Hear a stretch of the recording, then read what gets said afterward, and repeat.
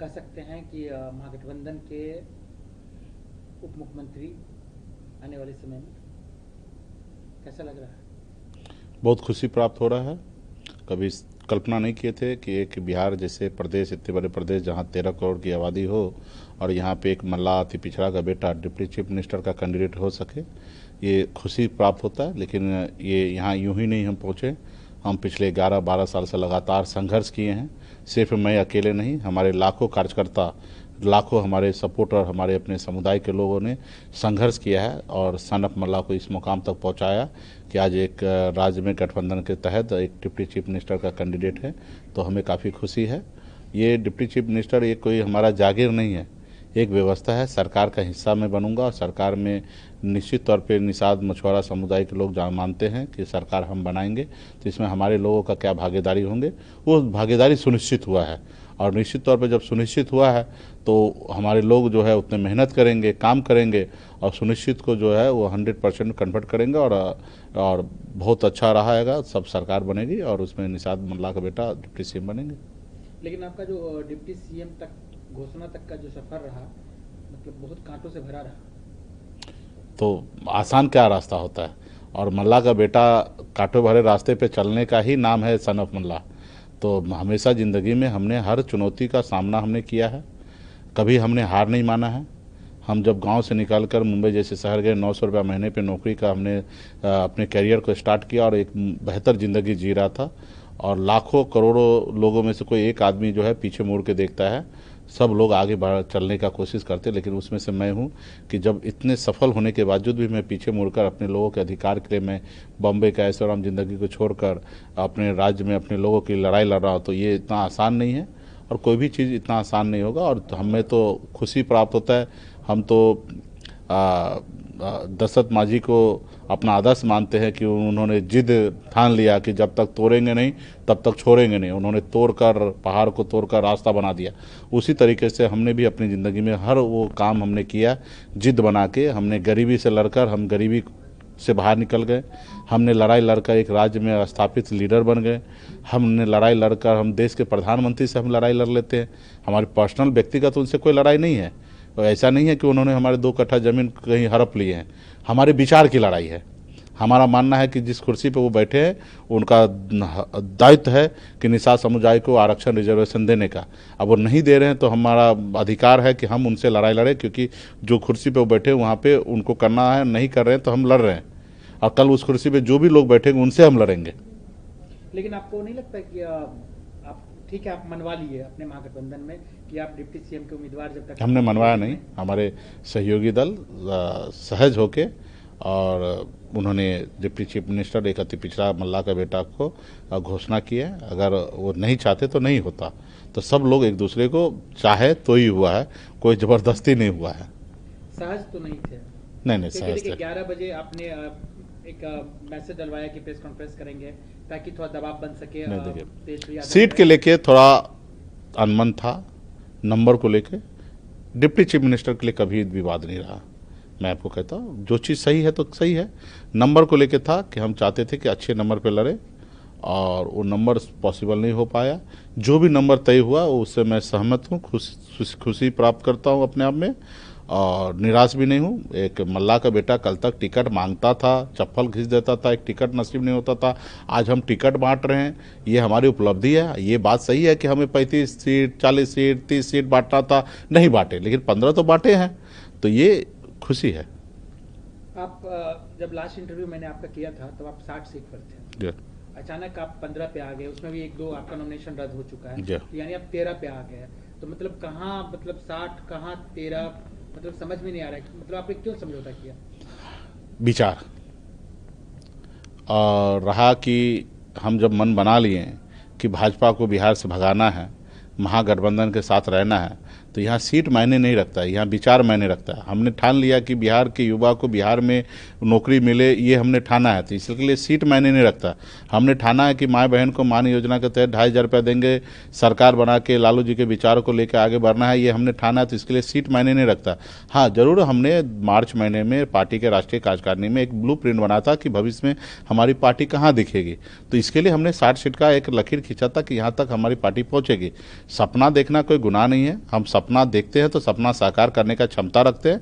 Seat मायने नहीं रखता है और हर पार्टी का ये सोच होता है कि हम ज़्यादा से ज़्यादा सीट लड़ें, लेकिन इन डब्बे जाके हम अच्छे नंबर पर लड़े हैं। हम मांझी जी से तो बेहतर लड़ रहे हैं, हम उपेंद्र कुशवाहा जी से बेहतर लड़ रहे हैं, जो भारत सरकार में मंत्री हैं, बिहार के पूर्व मुख्यमंत्री है, उनसे हम डबल तिबल नंबर पर लड़ रहे हैं। तो ये उपलब्धि है हमारी।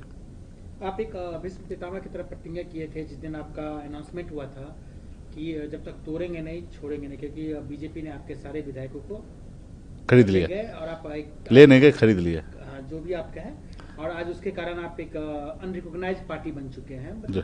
और रहते तो शायद ऐसा नहीं हो सकता था। तो आपने ऐसा प्रतिज्ञा क्यों किया? आपको पता है बीजेपी के खिलाफ आप प्रतिज्ञा कर रहे हैं? क्यों नहीं कर सकते हैं? और रहा कि इस देश में हमारे पूर्वज तो अंग्रेज से लड़ाई लड़े हैं, अंग्रेज को मार के भगा दिए हैं। तो हम जो लड़ाई लड़ रहे हैं, जो चीज़ कर रहे हैं, हम कोशिश करेंगे तब ना हराएंगे। हम कोशिश ही नहीं करेंगे तो क्या हराएंगे? हम कोशिश करेंगे, हराएंगे। एक बार में नहीं, दो बार में नहीं, 3 बार में हराएंगे, लेकिन हराएंगे तो जरूर। एक ना एक दिन वो उसके ताकत कम होंगे, हमारी ताकत धीरे धीरे बढ़ेंगे, और जिस रोज हमारी ताकत बढ़ जाएंगे उस रोज हरा देंगे। आपके बारे में ये भी चर्चा है कि मान लीजिए ये कोई नहीं कंफर्म कर सकता है, वो महागठबंधन में एनडीए हो, कि आपका अगला स्टेप क्या होगा। हो सकता है, मतलब ये भी किया जा रहा है कि आप चुनाव के बाद कहीं 10 सीट जीत गए तो आप एनडीए के साथ मिल जाएंगे। हमारा हमेशा स्टेप वही होगा, हमारा पार्टी का हित होगा, राज्य का हित होगा, राज्य के नागरिक का हित होगा, गठबंधन का हित होगा। हमारा हमेशा यही हित होगा। आरोप लगाने वाले के ऊपर छोड़िए ना, आरोप क्या कर सकते हैं? सीता माता के ऊपर आरोप लगा दिया, उनको अग्नि परीक्षा देना पड़ा, तो हम कौन सा खेत की मूली हैं? लोग को लगाना है, लगाने दीजिए। हम क्या है हमें पता है, हमको किसी से सर्टिफिकेट लेने की जरूरी नहीं है। और रहा कि मुकेश सहनी के पास हमेशा लोग दाएं बाएं करके ऑफर दुनियादारी सब करते आए, लेकिन मुकेश सहनी पावर के लिए नहीं झुकते हैं। हाँ, बदलाव के लिए जरूर झुक सकते हैं, पावर के लिए कभी नहीं। पावर तो मेरे पास था ही, मैं मोदी जी को जिंदाबाद करता, अमित शाह को जिंदाबाद करता, योगी जिंदाबाद करता, यूपी जाके चुनाव नहीं लड़ता तो मैं अभी तक मंत्री बने रहता। मैं समाज का अंधकार में रखकर समझौता कर लेता तो मुजफ्फरपुर के सांसद होकर भारत सरकार में मैं मंत्री बने रहता। जो लोग हमारे पार्टी में रहकर इधर से उधर करते थे, आज वो भारत सरकार में मंत्री बने हुए। जो 2020 में हरीश सहनी हमसे टिकट लेकर हमको अपना नेता मान के मैदान में उतरा था, आज वो बिहार सरकार में मंत्री बने हैं। तो आज मुकेश सहनी को से टकराने के लिए बहुत सारे लोगों को आगे लाने का कोशिश कर रहे, सब लोडर को आगे लाने का कोशिश कर रहे, लोग कोई कामयाब नहीं हो रहे, लीडर के सामने कोई टिक ही नहीं रहे। आज वो अफसोस कर रहे हैं, परेशान है। कभी सोचते नहीं थे कि महागठबंधन से डिप्टी चीफ मिनिस्टर का कैंडिडेट हो जाएंगे मुकेश सहनी, और हो गए, तो आज वो परेशान है। देखिए उनके पूरे स्क्रिप्ट बदल चुका है बिहार में, पूरा लाइन लेंथ चेंज हो गया, अति पिछड़ा पे राजनीति हो गया, अति पिछड़ा पे भाषणबाजी होने लगा, कर्पूरी ग्राम में जाने लगे हैं। तो ये हमारी ताकत है, हमारी उपलब्धि है। हम लोगों ने संघर्ष किया, और देश के प्रधानमंत्री को अगर अपना स्क्रिप्ट बदलने पड़ रहा है तो मेरी अपनी ताकत दिखता है। आपको कभी दुख होता है कि जिस तरीके से आपके 4 विधायक बने, वो चारों आपको छोड़ के चले गए? आपने बड़ी मेहनत की होगी उनको बनाने में। आपके जो साथ काम कर रहे थे वो आज जो केंद्रीय मंत्री हैं, दूसरा जो है बिहार में मंत्री हैं, जो आपके साथ थे, तो आपको लगता है कि मतलब बेकार में आपने लड़ाई लड़ ली ऐसी? दुख नहीं होता, खुशी होता है कि मेरे पाठशाला से लोग निकल के भारत सरकार में मंत्री बन जाए।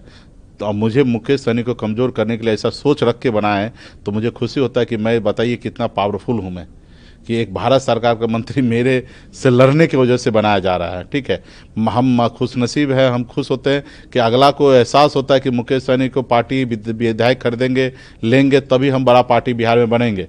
नहीं तो भारतीय जनता पार्टी 2 नंबर की पार्टी थी, हमारे विधायक मिलाने के बाद 1 नंबर की पार्टी बिहार में बने।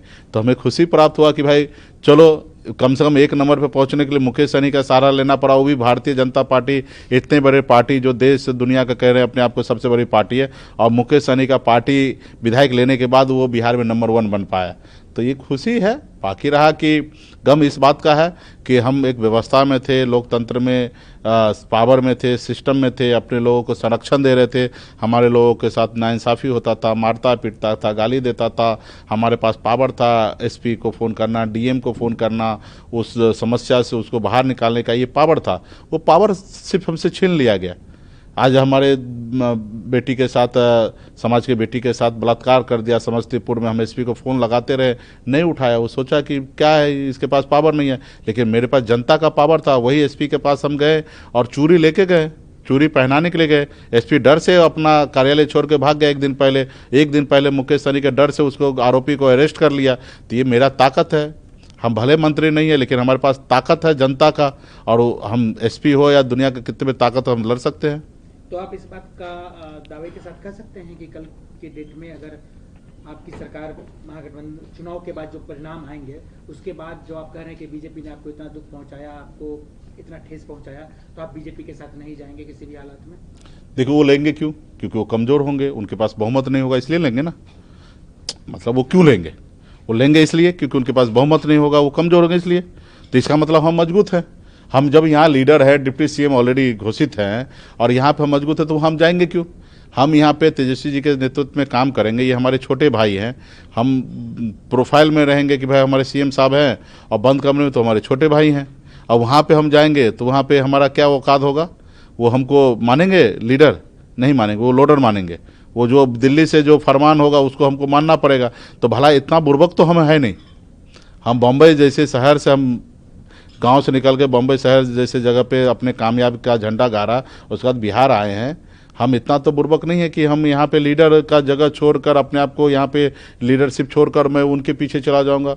और वो लोग जो लोग किसी का नहीं हो सकता है, वो चिराग पासवान जी हनुमान बने थे, देखे ना उसको क्या बना दिए, बंदर बना दिए, तो उसकी पार्टी उटी तोड़ के ख़त्म कर दिए। वो किसी का एहसान उपकार मानते हैं? नहीं मानते हैं। हमने बिहार में सरकार बना दिया, ईमानदारी के रास्ते पे चल के। हमारे पास ऑप्शन था डिप्टी सीएम बनने का, 4 विधायक को मंत्री बनाने का, 6 MLC लेने का हमारे पास था, लेकिन हमने सोचा नहीं, हम गलत रास्ते पे नहीं चलेंगे, हम ईमानदारी के रास्ते पे चलेंगे। लेकिन परिणाम क्या मिला? वो ना हमारे विधायक को खरीद लिया। तो भला हम उनके साथ क्यों जाएंगे? वो आपने देखा, वो सहयोगी, जिस सहयोगी दल को उंगली पकड़ के खड़ा होते उसी को निकल जाते। महाराष्ट्र में बाला साहब ठाकरे जी को उंगली पकड़ के महाराष्ट्र में पैर जमाए, उन्हीं को ख़त्म कर दिए। बिहार में नीतीश जी को उंगली पकड़ के बिहार में थोड़ा सा पावर में आए ये लोग, और देखिए आज नीतीश जी को कहाँ पे मजबूर कर दिए, कहाँ पहुँचा दिए। आज नीतीश जी के अगल बगल में जो लोग हैं वो सब देखिए कि बीजेपी के लोग हो गए हैं। आपको इस बात का डर है कि कहीं नीतीश जी इस बार जो रिजल्ट आएंगे उसके बाद नीतीश जी का राजनीति बहुत हद तक रहेगा या इसी बार खत्म हो जाएगा? खत्म हो जाएगा। सिर्फ इसमें चुनाव में सिर्फ मुखौटा बना के रखे हैं, और क्योंकि उनको पता है कि लालू जी का विचार यूं ही उनसे टकरा नहीं सकता है भारतीय जनता पार्टी। उनको किसी ना किसी बैकवर्ड का चेहरा चाहिए, और वो बैकवर्ड का चेहरा नीतीश जी के थोप के अपना काम निकालने का कोशिश कर रहे हैं, लेकिन ये सफल नहीं होंगे। बिहार के जनता, राज्य के जनता सब मान चुका है कि नीतीश जी अभी कोई फैक्टर नहीं होगा। तेजस्वी जी के नेतृत्व में बिहार में सरकार होना, बदलाव चाहिए लोगों को, और इसमें जनता हम लोग से आगे है। तो हम कह सकते हैं कि बिहार की राजनीति में जय वीरू, मतलब तेजस्वी यादव, मुकेश सहनी जय वीरू के रूप में उभरे हैं। देखिए, अब फिल्मी डायलॉगबाजी तो हम नहीं करेंगे। हाँ, ये है कि तेजस्वी जी के नेतृत्व में सरकार बनना है, छोटे भाई के नेतृत्व में, और बड़ा भाई साथ में एकदम चट्टानी एकता के साथ खड़े रहेंगे और सरकार बनाएंगे और राज्य के भलाई के लिए, राज्य की तरक्की के लिए काम करेंगे। लेकिन आप लोगों का जोड़ी देख के तो यही लगता है कि एक आदमी मल्ला मछली के प्रेमी, एक आदमी यादव जी दूध के प्रेमी। मछली और दूध एक साथ तो वो पता नहीं खाया जाता है। तो कहीं आने वाले दिन में दिक्कत तो नहीं होगी? शरीर में क्षमता हो, ताकत हो तो सब चीज़ पचाया जा सकता है। अगर हौसला बुलंद हो तो सब एडजस्टमेंट होता है। आप हमको दूध और मछली दोनों दीजिए, हम आपको खा के दिखा देंगे। अच्छा मुकेश सहनी जी, आपको नहीं लगता है कि आप लोग सीट जो बंटवारा किए उसे बहुत टाइम लिए, बहुत घिचपिच हुआ, उसका कहीं ना कहीं नुकसान थोड़ा बहुत ग्राउंड पे दिख रहा है? एग्जाम्पल, आपका भाई जहाँ से लड़ रहे हैं वो गौराबराम सीट से, वहाँ से अभी तक जो आपका कैंडिडेट है आरजेडी का, वो सिंबल वापस नहीं किया है। कंफ्यूजन क्रिएट हो गया। देखिए, अभी पुरानी बातों पे क्या जाना है, जो होना था जो बीत गया वो अभी उस पर क्या जाना है। लेकिन कुछ जगह हमारे नुकसान दिख रहा है तो कुछ जगह हमें फ़ायदा भी दिख रहा है।